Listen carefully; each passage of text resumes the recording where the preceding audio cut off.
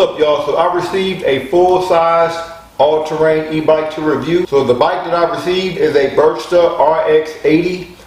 It's a full suspension all-terrain e-bike. It has a 1,000 watt motor, advertised to go 28 miles per hour, but I'm going to test that out. It has a 48 volt, 20 amp hour battery, advertised to go up to 63 to 65 miles per charge. And this bike also seems to have an option where you can use 2 batteries. Now this bike weighs 75 pounds, maximum weight of the rider is 400 pounds. To purchase this e-bike, feel free to use my link and my code in the description below to get a discount. Also, I am doing an e-bike giveaway. If you want to be included in this giveaway, you have to be subscribed to the channel and comment below on what type of e-bike you would like. So what we're going to do is we're going to unbox this, put this bike together, go through all of the features, and because it is an all-terrain bike, we're going to go on-road and off-road, test out the speed, test out the suspension, all that cool stuff. Raggedy. She's going to be like, oh.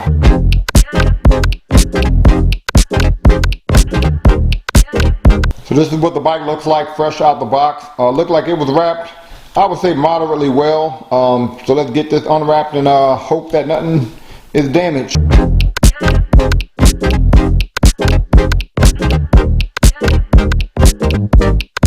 So this is what the bike looks like without the wrapping. Doesn't look like anything was damaged, so that's good.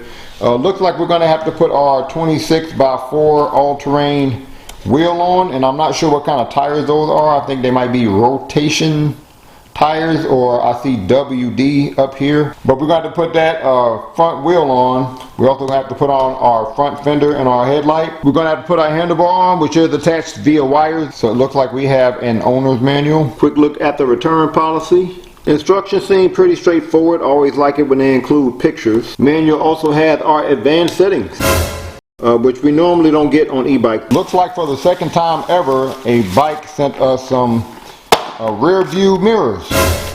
Definitely see those coming in handy, especially if you're riding the e-bike on the street. Looks like we got a bike pump. Looks like we have a lock. Man, they gave you a lot of little goodies in this box, huh? And looks like we have a cell phone holder. Some clamps to put our headlight on. Looks like we have a bag of tools, including hexagon wrenches that I can actually use. And our pedals, which are labeled. And lastly, our battery charger to charge our 20 amp hour battery. And it's going to take 4 to 5 hours to fully charge your battery. So the first thing we're going to do is put this front wheel on. Had to remove this from the brakes before we put this front wheel on.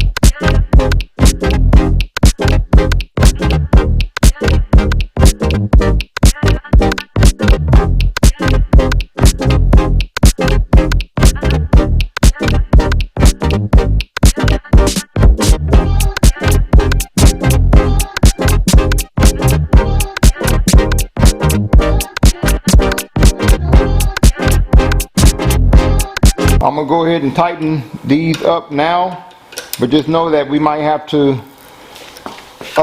loosen this back up again if we're not getting the alignment right here.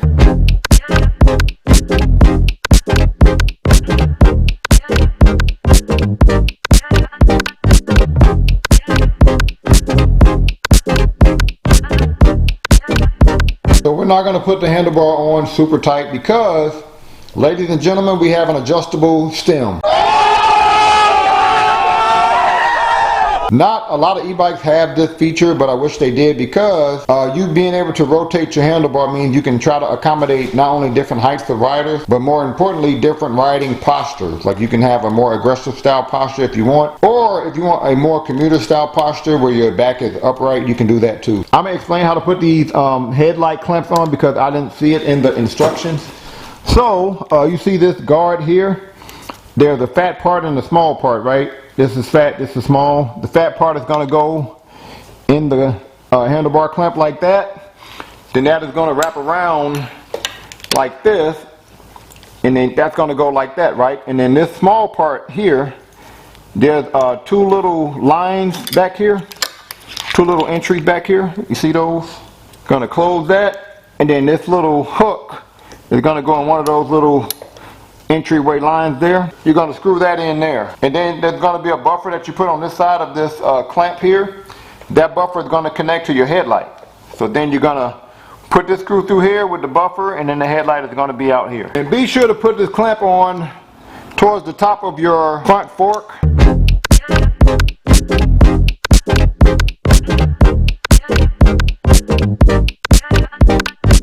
I'm gonna go ahead and use my own wrench on this one. I highly recommend, by the way.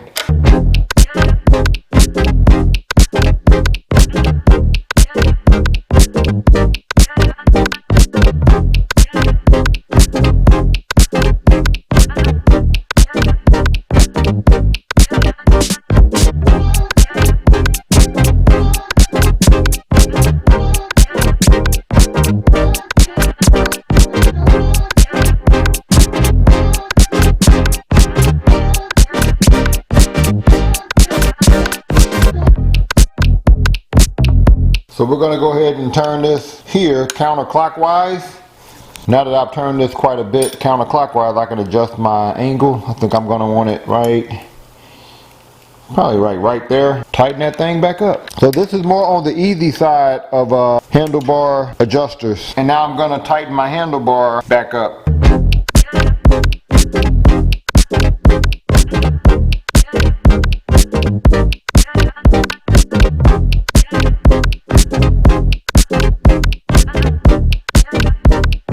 So we got this bike unboxed, only took us about 40 minutes. This bike is rather large. It's about 6 feet 4 inches from wheel to wheel. The seat at its lowest point from the floor where we have it now is 2 feet 8 inches from the floor. The handlebar, which is adjustable, but at the angle we have it now is like 3 feet 10 inches from the floor. I do think this bike has a very sleek look to it. I probably wouldn't have went with that green on gray though, but I think it's a good looking bike, but let me know what y'all think. Look at that suspension. Super Sport World Innovation Technology Design. Oh, okay. Looking forward to showing you how this performed on our off-road test. Give y'all an idea of the rear suspension, and things a little tight. We also have a motorcycle style front fork where you can adjust the compression by turning this knob here. So right now the suspension is open, but let's say you want to ride on the flat surface and lock the suspension out a bit, you turn it that way. Give y'all an idea of the front motorcycle style front fork suspension. Get a look at our rear and front 160 millimeter, I think that's called Simeyer's hydraulic disc brakes. Nice wide handlebar. Handlebar is a little bit wider than 2 feet 3 inches. Looks like we have the more hard rubbery type handlebar grip. We have a standard Shimano 7-gear shifter, which is on our brake fluid, which I don't necessarily love, but you use this to replace your hydraulic disc brake fluid. It looks like we have a comfortable seat. I noticed more e-bike companies are making their seats a little bit softer, so nice sturdy rear rack. This rear rack can usually handle, I would say, up to like 50 to 60 pounds. Sturdy, removable rear rack. A rear rack like this can usually handle, I would say, up to 50 pounds. And we did already take this bike for a spin. Sorry, we couldn't help ourselves, but so far, these WD all-terrain tires are pretty grippy. So we're now going to go ahead and turn this bike on. We're going to press and hold the power button. And that turns our colorful display on. So under your panel here, it looks like we have a USB charger that you can use to charge your phone. If we click this button, that turns my beefy headlight on. Our rear light is manual. Behind the seat there's a button under here. You click that button and that turns our rear light on, and look like you have a few different light options. This battery, you can remove it from your bike by putting your key in here and turning it clockwise. And then you can click this button here, and then that'll help you take this battery out. And you can charge the battery while it's in the bike if you want to by putting your charger in there. Let's now go through some of the basic items on the display. We have our battery life here up here at the top. We have our speed calculator. Right now it's the miles per hour. Pretty sure you can change that to kilometers if you want to. We have our pedal assist mode here. We're currently in mode 1. If you want to change pedal assist mode, then click plus and minus, and that changes your mode right here. If you click the I button, you will get some more information here on your display. You get our trip mileage, our odometer, our maximum miles per hour, and our average miles per hour. If you want to reset your trip mileage, then you press and hold the I and the minus button at the same time. So that will clear this out from, that cleared it out from 17 back to 0. So we're not going to go into our advanced settings, and I'm not going to go through all of them because the advanced settings are in your owner's manual. So to go into your advanced settings, we're going to press and hold the plus and the minus button.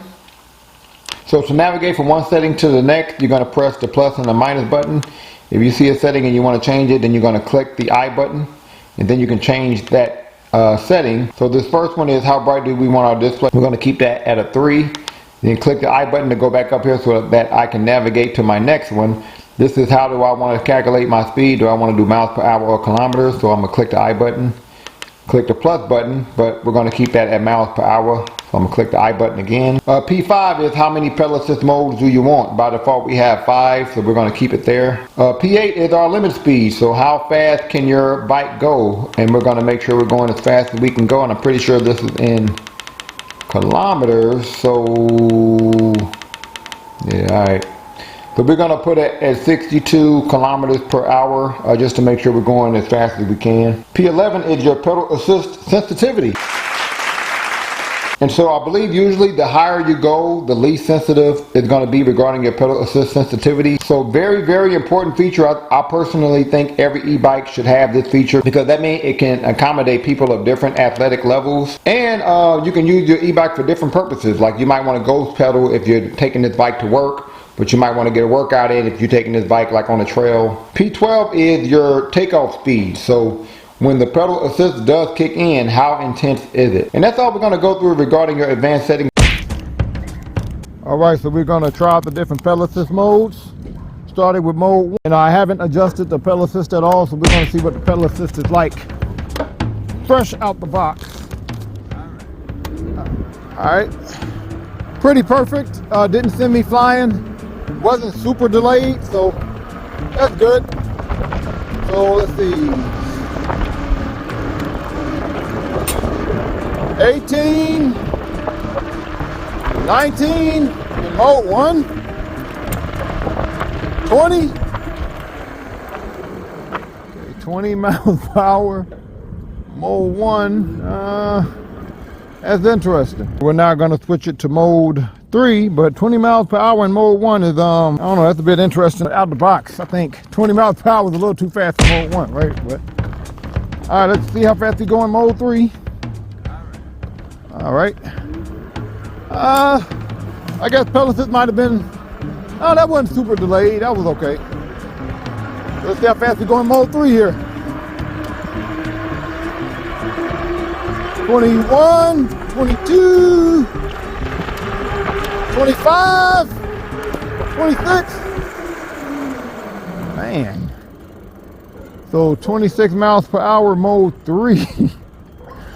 Alright, so we'll try mode 5 later.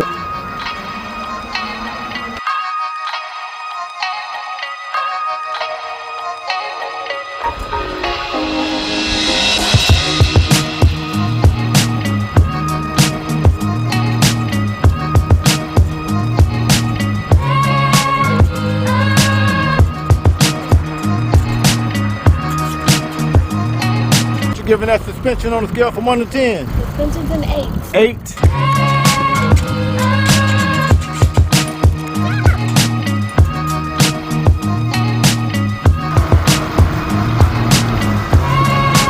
So Burchda RX80, what are your thoughts? I think the bike looks amazing. I like this suspension, the different color on the suspension. Mm-hmm. I like the and you can see behind adjusted, you? I can see behind me. Yep, just like a car. I like the twist throttle. I like the colorful display. The rear rack seems sturdy. Yeah, pretty solid bike. It's squeaky as hell though. Yeah, the suspension in the front is squeaky, right? Suspension is squeaky. Yeah. And needs some WD-40. But all in all, I like the bike. Like, I think it's a comfortable bike. The tires handle the off-road. While we were off-road, that handles pretty well.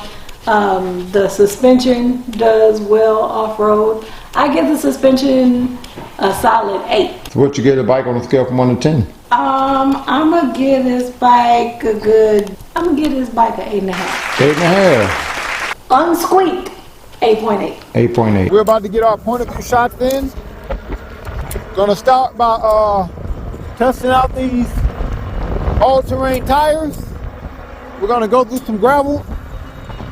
Let's see what this is like. And we had a temperature drop here recently.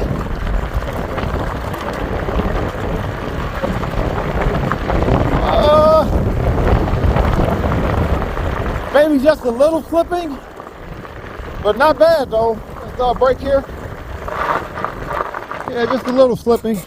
So these WD tires are definitely grippy enough for you to be able to lean into your turns. They're not the most grippiest tires that I've had on the e-bike, but they're not the slickest. So yeah, they're definitely decent enough to do lean into your turns. I like leaning because I feel like it gives you more control of your turns, but you know, lean at your own leisure. So we're now about to take this bike off-road with some heels. See what this suspension is like. All right.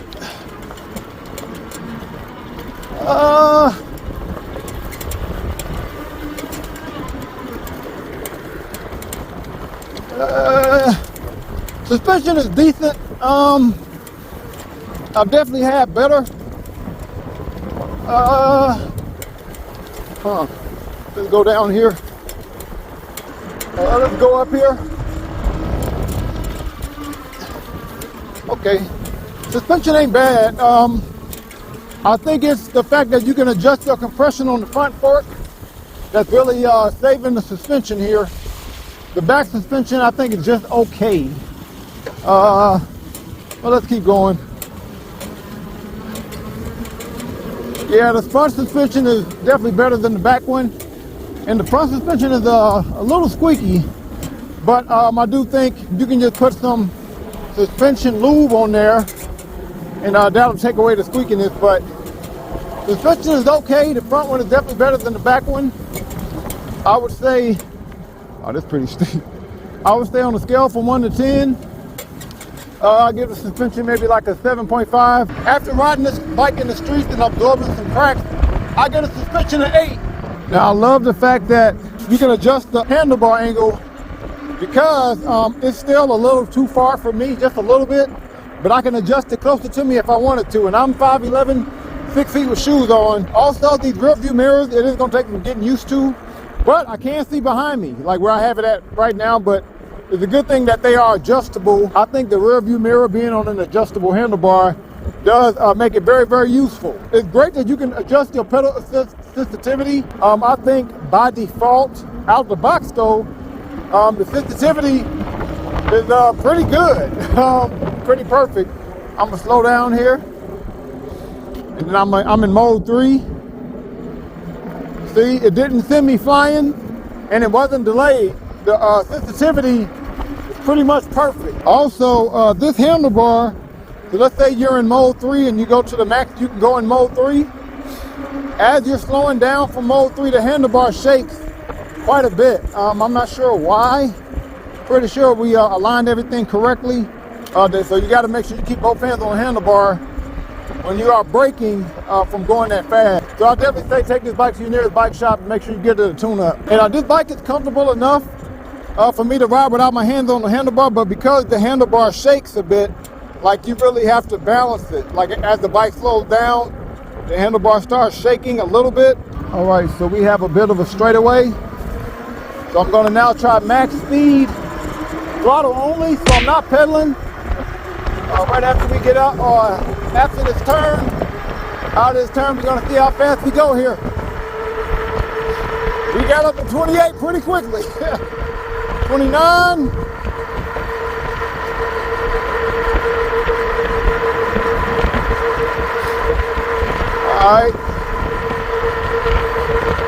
All right, so it looks like 29 miles per hour max speed, throttle only. So we're not gonna try max speed pedal assist. And again, this bike is just a little gradual, like it gives you perfect sensitivity. So hopefully we can hit our max speed on this strip here. All right, we're at 21. 26, it's getting up there pretty quickly though. 28, 29.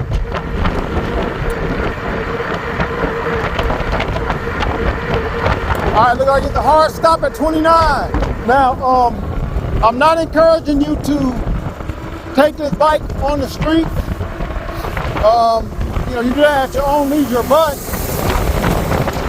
I will say this is a great bike to take on the street because It's a big bike, so cars will see you, hopefully. It has fat tires, and it's pretty comfortable. It's a comfortable ride, even came with a comfortable seat. But then in addition to that, you can raise the handlebar to your comfort so that you can ride this almost like a commuter bike if you want to. Icing on the cake is you got rear view mirrors, so you can kind of see behind you. Like I can do now. I have to spread my arms a little bit to be able to do so, but you can keep up with traffic going like, 29 miles per hour. And you can keep up with traffic enough. And because you have full suspension, so cracks like this, you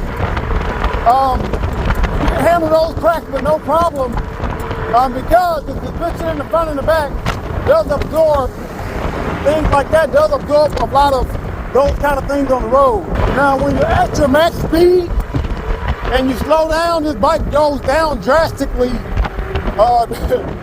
It goes down pretty quickly, and you got to kind of really pedal a little bit to get it back up to the max speed. So that transition time is a little weird, but that's probably because of my sensitivity, which you can adjust.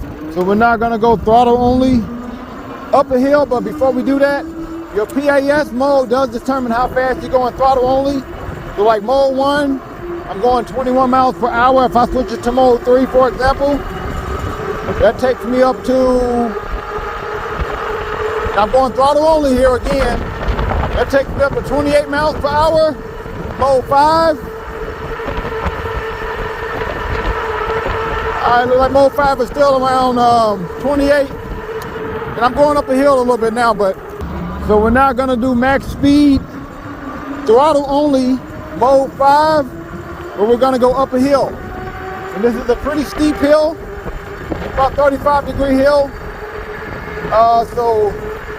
And not only is it on the hill, but the hill is on a curve too, so you're gonna go up while turning. So I think that should really test out how much speed we lose going up a hill. So going into the hill a little bit now, at 28 miles per hour, let's see how much speed we lose here.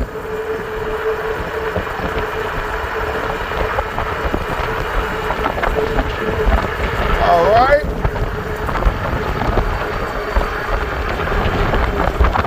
25.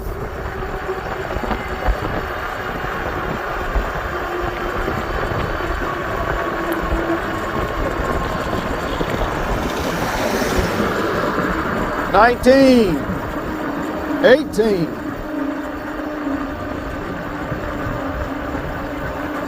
17. All right, we lost like 11 miles per hour. The standard is usually 9. So Burchda RX80, I think it's a decent bike for the price. What I like the most about the bike is the fact that you have an adjustable stem on the handlebar, which tries to accommodate not only different heights of riders, but also different riding postures. I also like the fact that you have over 10 advanced settings on your display, where you can change things like your pedal assist sensitivity and how intense is your pedal assist when it does turn on. I also like the speed. I was able to go up to 29 miles per hour on this bike. The battery life is okay. I went on a 10-mile bike ride. I spent 2 of those miles going mode 5. In that 10 miles, I lost 1 out of 5 battery bars, so that's more like 50 miles per charge based on my bike ride. I love that they sent a comfortable seat. The suspension was okay. The motorcycle style front fork was definitely better than the suspension in the back, but those two together did make the suspension okay. So fresh out the box, on a scale from 1 to 10, I give this bike a 7.8. If I can fix the shaky handlebar that happens when you hit a high speed, I give this bike an 8. Comment below on what you would give this bike on a scale from 1 to 10. Any other e-bike you want me to review, also comment below. Thank y'all for watching. Peace.